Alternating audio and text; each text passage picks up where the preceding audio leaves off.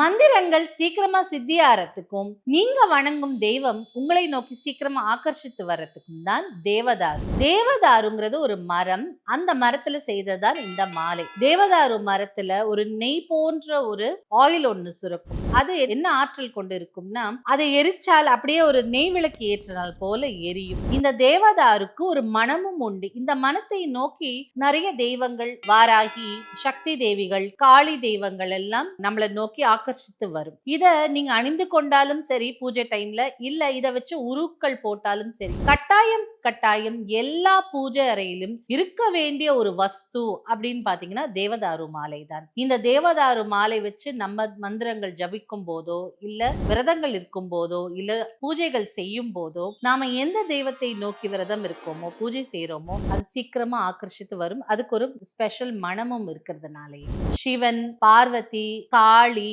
வாராகி, பைரவர் இப்படி எந்த பாரபட்சமும் இல்லாமல் நீங்க எல்லா தெய்வத்துக்கும் யூஸ் பண்ணலாம். இத பத்தின ஃபுல் இன்ஃபர்மேஷன் வேணும், இல்ல இந்த ப்ராடக்ட் டீடைல் உங்களுக்கு வேணும்னா காமெண்ட் செக்ஷன்ல ப்ராடக்ட்னு டைப் பண்ணுங்க.